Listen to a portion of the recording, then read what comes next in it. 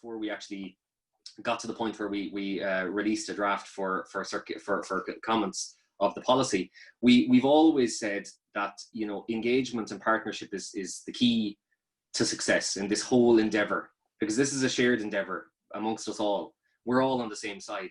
But the point is that we need to have this continuous engagement. So for me, it's a real pleasure to have an opportunity like this to just have that discussion and to tease some things out and to receive any comments or questions people might have. I may not deal with them all today, but at least we can take note of them and deal with them in due course. So that's the first thing. I think the other thing to say is it's important that we, I suppose, recognize the context. This is really weird. We're doing this all online, and the weirdness has become normal, that we're all taking part in Zoom calls and Teams and so on. But why? Well, because we're faced with the most serious public health emergency in our lifetimes, actually most serious in more than 100 years. And that's really a sobering thought, because, you know, 1,700 people have died in this country. And probably people on this call, some people will have been directly affected in the sense that they may have loved ones or others who've become ill or passed away. And I think it's really important that we contextualize all of this. And I'd like to just express my condolences if anybody has been affected. Now, obviously, we all have been affected. And the question is, well, where are we now in terms of a society, and where are we going to go to? And I actually see this moment as a very unique opportunity for Ireland to, in a sense, reboot, recalibrate, look forward in a way that doesn't necessarily always look back, and see a different kind of a future. But I'll come to that in a moment. I mean, you asked me to talk about my role. I mean, my role, in many ways, I see my role as working for you, and I say that as the plural you.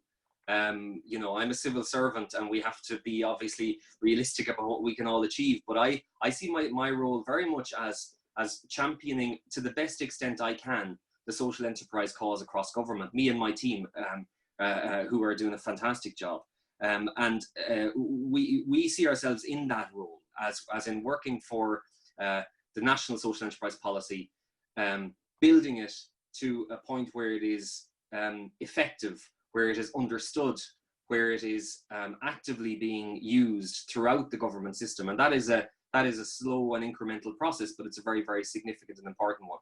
So that's my function, I would see my role as that. But it can't be done in isolation. We've always said that we need to understand what's actually happening on the ground. What is the lived experience of social enterprises? Has life changed for you as a social enterprise in between January 2019 and June 2020? Has the social enterprise policy had an effect? That's not a rhetorical question. That's a question I would really ask people to think about. And I don't mind if the answers are critical. I think it's important that we reflect on that. What has that policy achieved? I'll tell you what I think it's achieved. I certainly think that it has brought a whole new momentum to social enterprise in this country, has given social enterprise the legitimacy and credibility that it always had, but it needed that formal step of putting in stone a national social enterprise policy. And from what I feel is that there's a momentum that is incredible around social enterprise in Ireland at the moment. And it's not isolated from a broader European or worldwide momentum.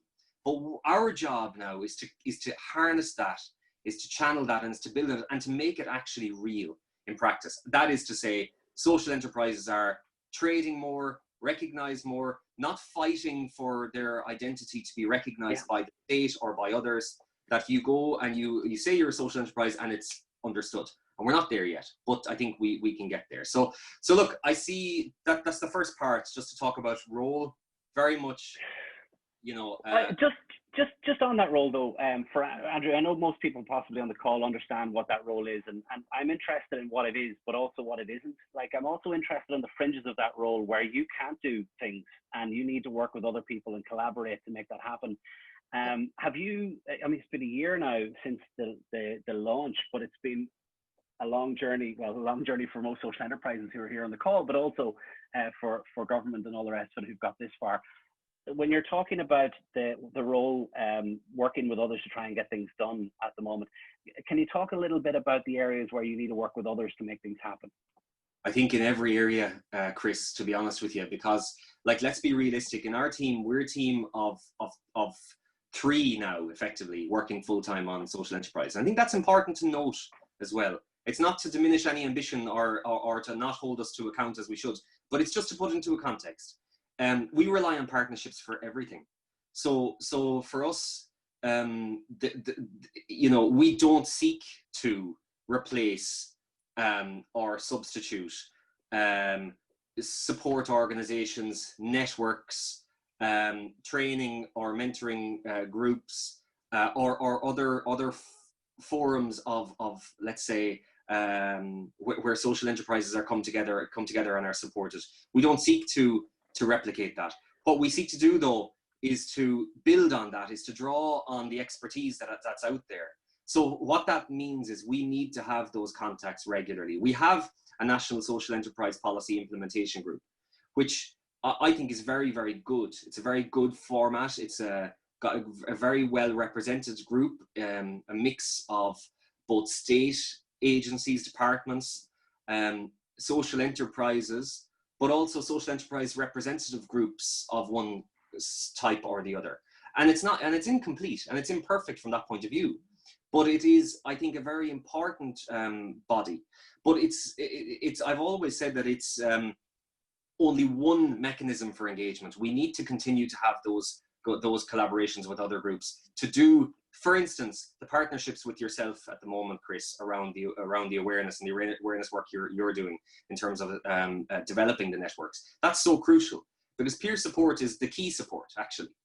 Building that sort of community of practice is critical, not from just a practical point of view, but it's also critical from an awareness building point of view, so that we understand what each other is doing and what are we talking about when we try to develop this shared identity of social enterprise. Similarly, if I look at the work that the local development companies are doing, it's so important, the length and breadth of the country out there working on the front line. Other organizations like The Wheel, who are providing incredible support for social enterprises. So the point I'm trying to make is, we're a small team, but we're actually a huge team. But making that huge team work in a cohesive way is really the challenge, you know?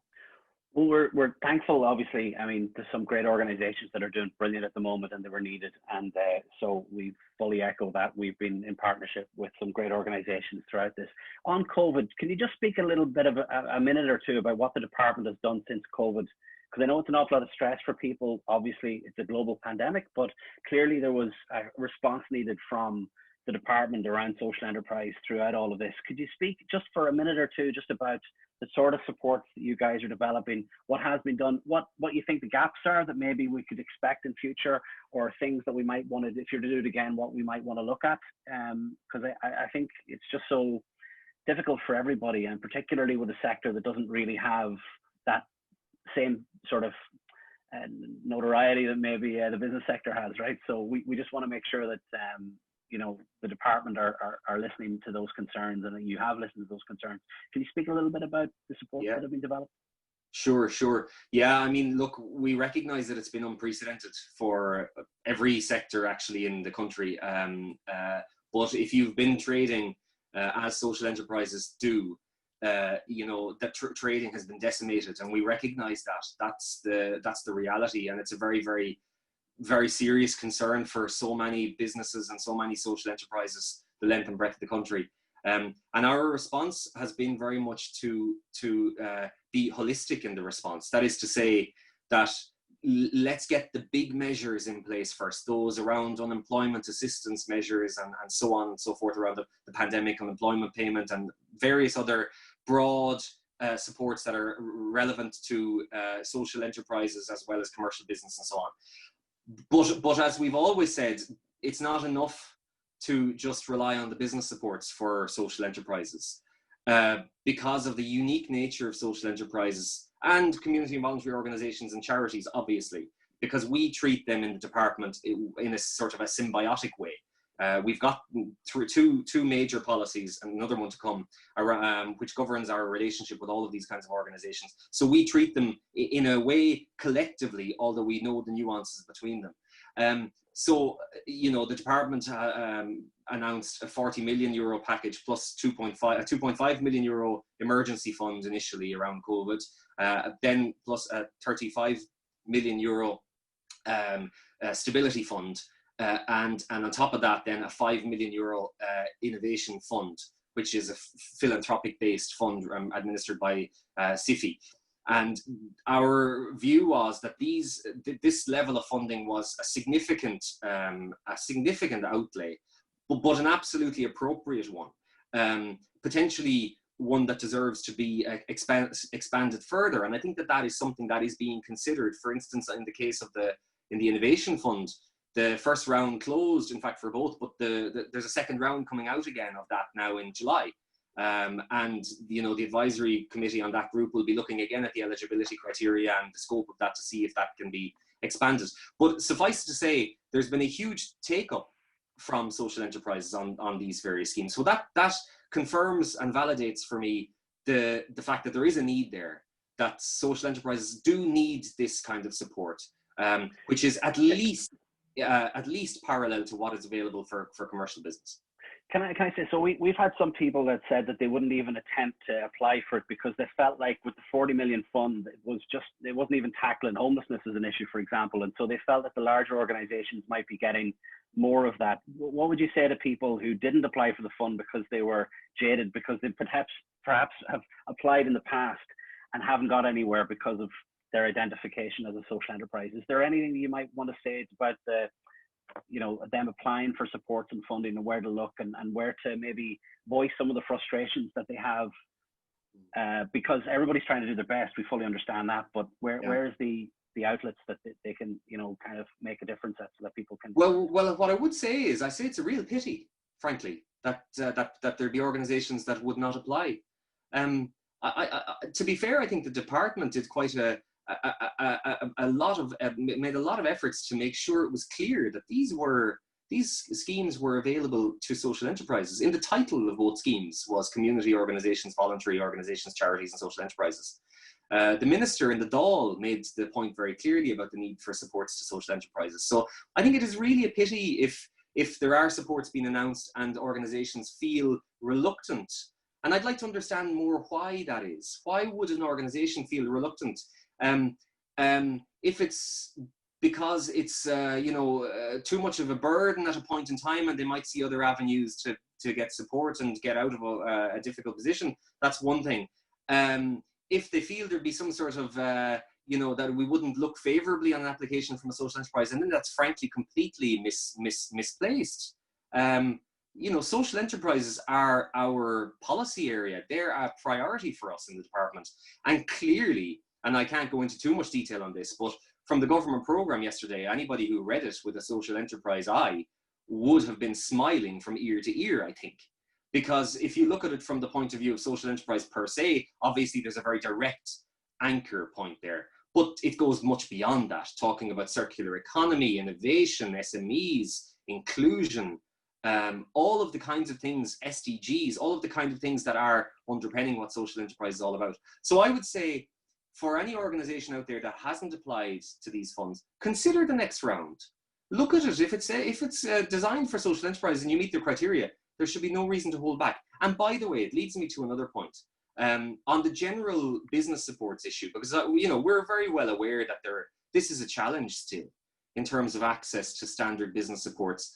There's no malice in it. I really think, I'm convinced of it. It's simply an issue of awareness, that there is sometimes a misunderstanding about the nature of social enterprise. And that misunderstanding is within the social enterprise ecosystem, but it's also in the outside world, out there with the general public and civil servants and so on and so forth, where in some cases, the business dimension of social enterprise is lost, where they misunderstand that a social enterprise, according to the National Social Enterprise Policy, is a business. And we have no shame in saying that, and we should be proud of that. Because why? We are not just businesses, we're businesses for a social or environmental purpose. And that distinguishes us from commercial business. So I think there is an issue also with the nomenclature and how we refer to ourselves. But more broadly speaking, the access to standard business supports is something that should still be continuously engaged with. I mean, social enterprises should apply for online trading voucher scheme and so on and so forth. If we face difficulties, those difficulties can be hopefully overcome. But unless we try, unless we present ourselves as businesses with a social purpose, social enterprises, we'll never know. So I would say, please don't lose the opportunity.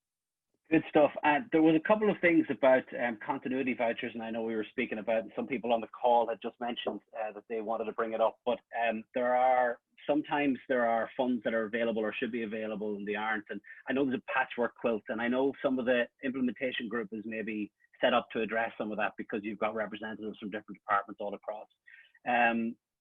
Maybe move a little bit on to what the implementation process of the policy is, and maybe I could ask a little bit about, like, do you feel like we're on the right track, and what do you think is the method by which people can get involved in that process? Yeah, I suppose the first thing to say on that is that obviously COVID has had an effect in terms of the implementation of this policy as well. I mean, I know that's a truism, it's probably obvious, but I think it's important to say it. We're in a very different place now than we were. But actually what that says to me is that we need to, far be it from deviate from our priorities, we need to redouble our efforts on our priorities. And our priority clearly has been, since the outset of this particular year, has been around awareness raising.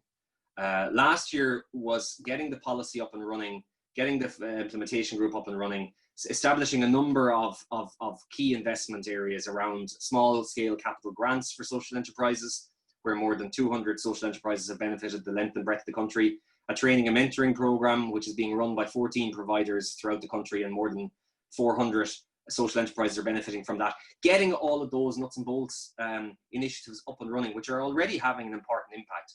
But this year, the intention was always around awareness raising, because we see everything is stemming from awareness. Markets can be developed by awareness. Access to supports can be improved by awareness. Our collective identity as a social enterprise can be developed by awareness. So there's so many reasons why awareness is the crucial issue. Our implementation group has just established a subgroup which is going to be focused on precisely this issue of awareness raising. Again, the reason being, we're not the experts on marketing the sector as civil servants. You are. You're doing it on a daily basis. I say this to the people who are on this call. You're the ones who know your market. You know what you're doing. You know the value of what you're doing. You know the difficulty it is sometimes to even, how would you say, quantify or capture that. But that's why it's so important for us to get those voices. So on the subgroup, the main responsibility for that will be to develop a plan, an implementation plan for the awareness piece, an awareness strategy, which we will be immediately investing in. And I hope that work can be progressed in the next number of months. I mean, hopefully we can already have some initiatives in September leading to the rest of the year. And the timing is very, very good because, as I said, we're in a point where we're trying to restart the economy, get people back to work, get SMEs functioning. But what better time to say that actually, you know what, the future economy can look different. It can be more inclusive, it can be more sustainable. And if that's going to be the case, we need to focus on social economy.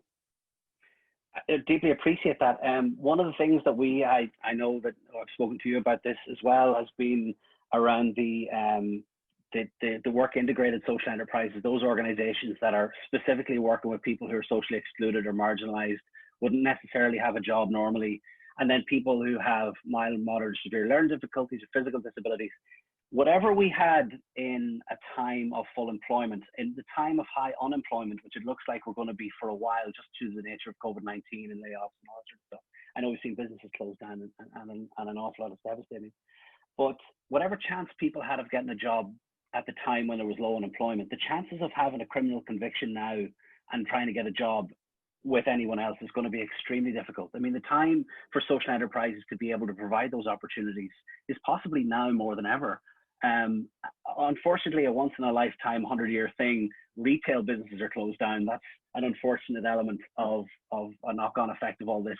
A lot of the retail type things where low barriers to unemployment tended to be the things that we chose as social enterprise and a sector to do it, because there was a good chance that you could get a job. So can you speak a little bit about the future of, work integrated social enterprises, employing people who are socially excluded, some of the challenges, and is there any refocus and redoubling on that? Because we've been here before 10 years ago when we had a crash. We're looking like we've got high unemployment again, at least in the short term. Hopefully it doesn't last, but for a year or two, people might not be able to find any job. Is there any focus on that, or is there any other?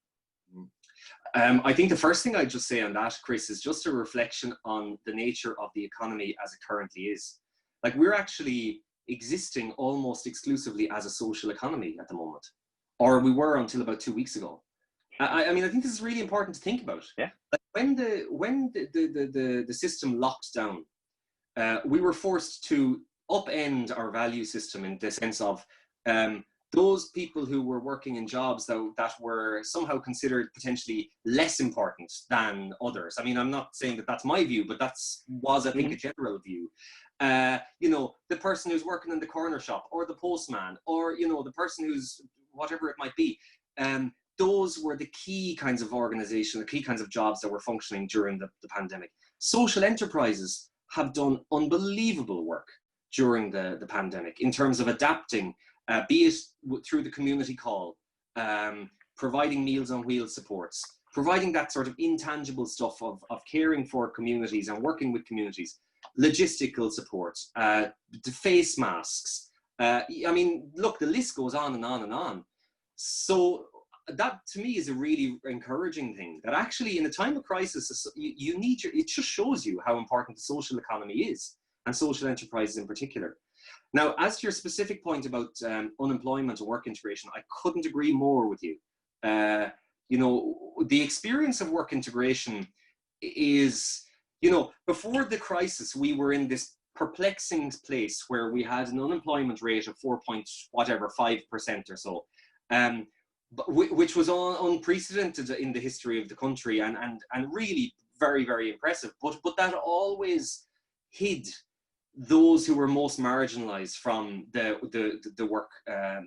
workforce, people who had spent convictions, travelers or other minorities, people who were rurally isolated, low education, disability, whatever. They were always highly overrepresented in these statistics of the unemployed. But now we're in a situation where it's much bigger than that.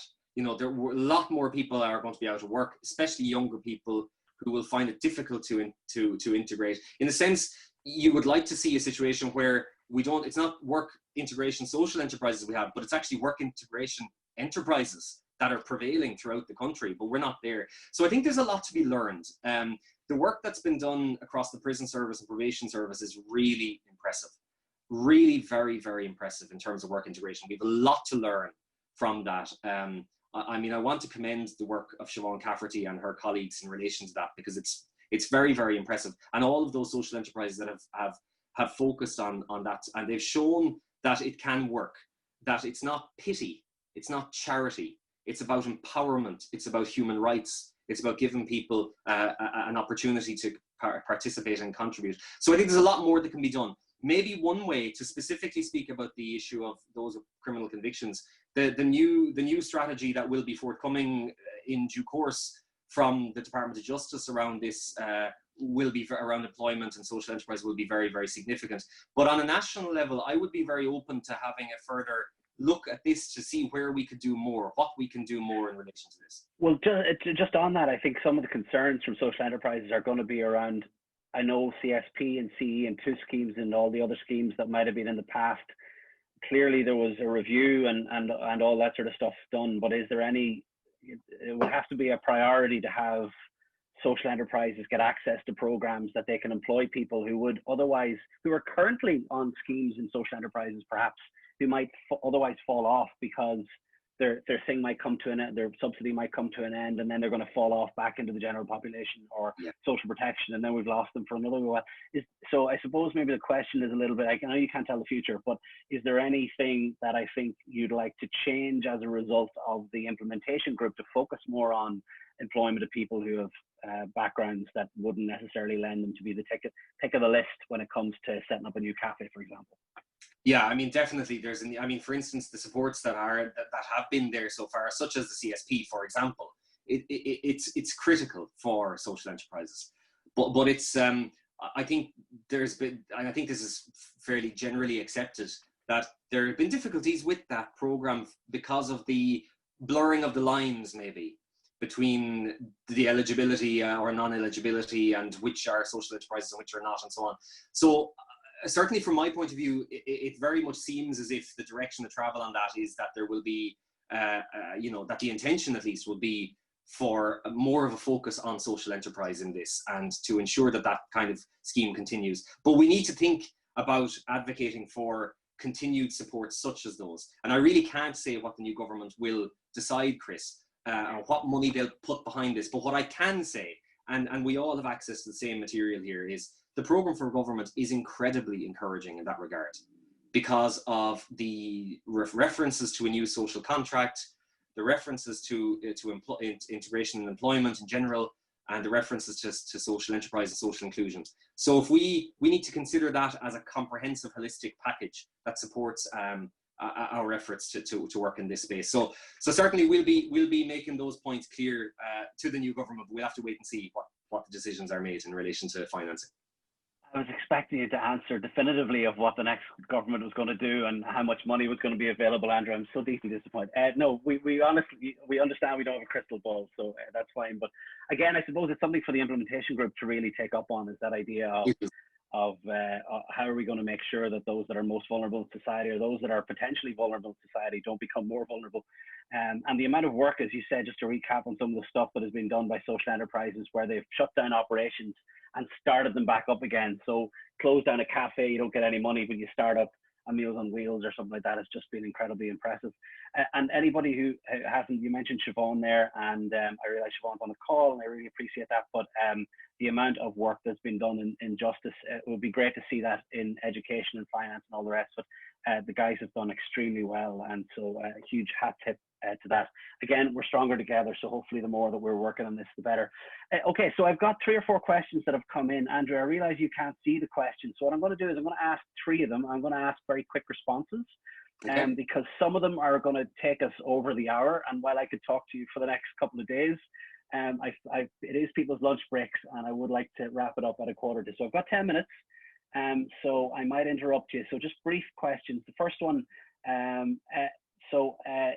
yes, so there was that question, I think I mentioned it, about continuity vouchers, that there's a discrepancy between local enterprise offices giving some online training vouchers or some continuity vouchers, and then others don't, which is kind of what I was more relating to the fact that some social enterprises get access to these things and others don't, even when they're trading.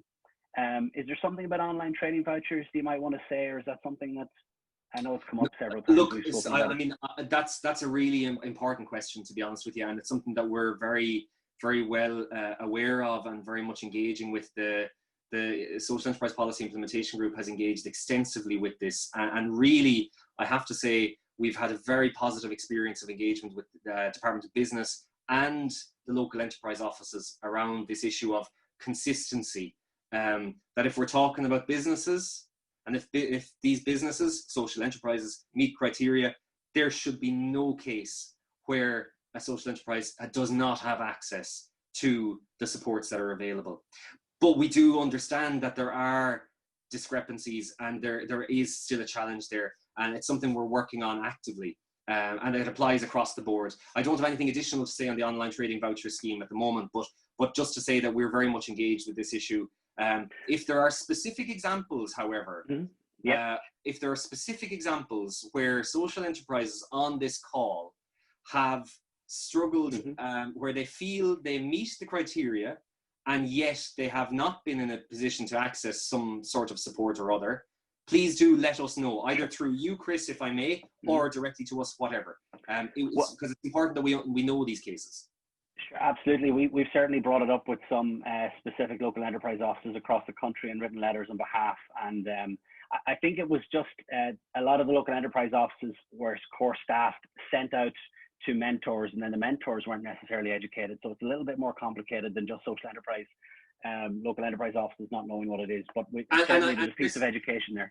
I'm sorry, Chris, and I have to say this really. I mean, there's really no malice or bad faith here. It's really a question of just helping us all understand what we're talking about here. And actually, what I would suggest is that, you know, for social enterprises on this call, until we've reached that critical mass of understanding, you know, going in with your best foot forward and saying you are a trading business, you know, is probably not a bad strategy. You know, you're not selling yourself out. You're simply acknowledging the fact that maybe there is not a full understanding at this moment in time. But we hope that that's going to change very, very soon, and we're confident it will. Go in and say that you're creating jobs and that you're trading, and if you want to tell them you're a social enterprise after, but that will change. Hopefully, no one should have to. It should be something that, I know your local development companies are very good, and so the local enterprise offices should also be providing support. There's no reason why their businesses plus they should get access to all this. Absolutely. Very quickly, Andrew, I'm going to move on. Just a couple more questions. This question about displacement keeps coming up and up and again. Very briefly, do you want to explain, has that made part of the conversations? The idea that a social enterprise doesn't get it because they are subsidized or however, or the perception of it is that they're subsidized even if they're not, that somehow there's an advantage of them being a registered charity, which I don't know may or may not exist. Can you speak a little, just very shortly about that? I mean, I suppose the thing I have to say on it is that, you know, I can't, this is kind of without prejudice to what decisions are made on funding streams and so on. I can't go into the absolute about it, but I can tell you what my view on the displacement issue is. Displacement is valid if you're comparing like with like. And that means that you are bringing in a product or service that directly displaces an existing provider in that precise area of trading. In my view, the 99.9% of social enterprises are not in that situation. They are different materially, substantively, and in terms of what they deliver to commercial providers. It might be, for instance, the WISE dimension. You know, you can't compare necessarily a commercial business with a social enterprise that's, for instance, I don't know, just off the top of my head, employing only members of the traveling community. For me, there's a material difference there. There's a question, really a major question to be asked about, is it fair to be arguing displacement when there's material differences between businesses? So again, that's all I can say for the moment, Chris, but I think it's a conversation that we need to continue to have. Well, certainly something that a procurement is really important as well, talking about this as well. We've only got a couple more questions. I've got a question here about the role of cooperatives of social enterprises. For 20 seconds, can you tell us? Cooperatives are referenced in the social enterprise policy. Cooperatives that meet the definition of social enterprise in the sense that they're trading entities are certainly considered within the realm of social enterprises. So I think that's crystal clear. We see that there is a very important role to play in terms of cooperatives, and we need to deepen that further. Fantastic. We fully agree that we'd like to see, I think our colleague Derek O'Brien has always gone on about this with policy, that, you know, we came from Plunkett, we came from Mahal, we came from cooperatives.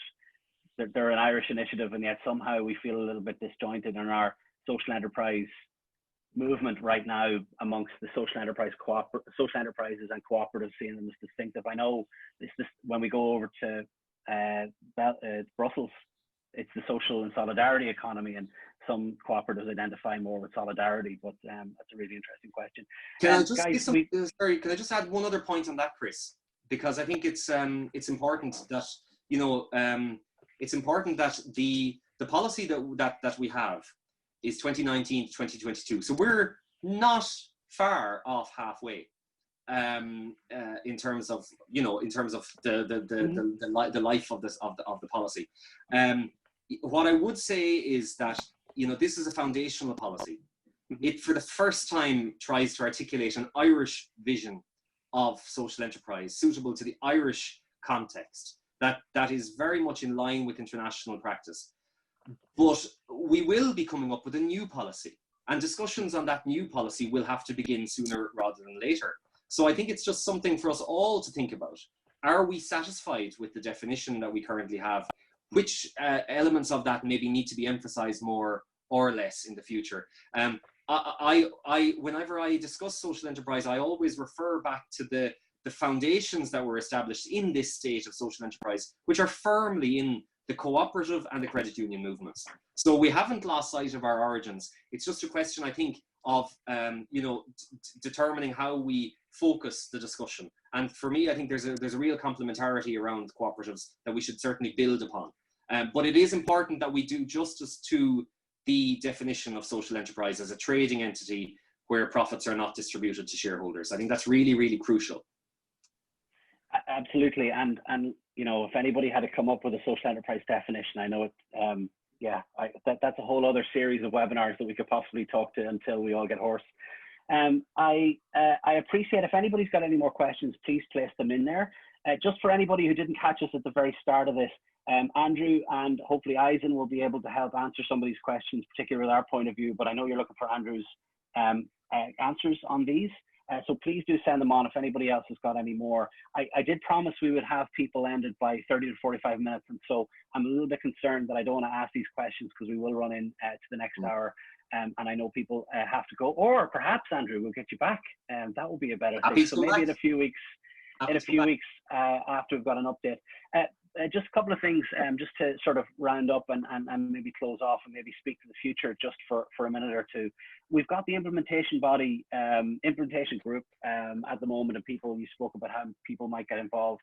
And we talked a little bit about the importance of shared understanding, shared learnings and communities, and the idea that we're stronger together and all of this. As an identity for social enterprise, people are starting to grapple with the idea that social enterprises can be of benefit.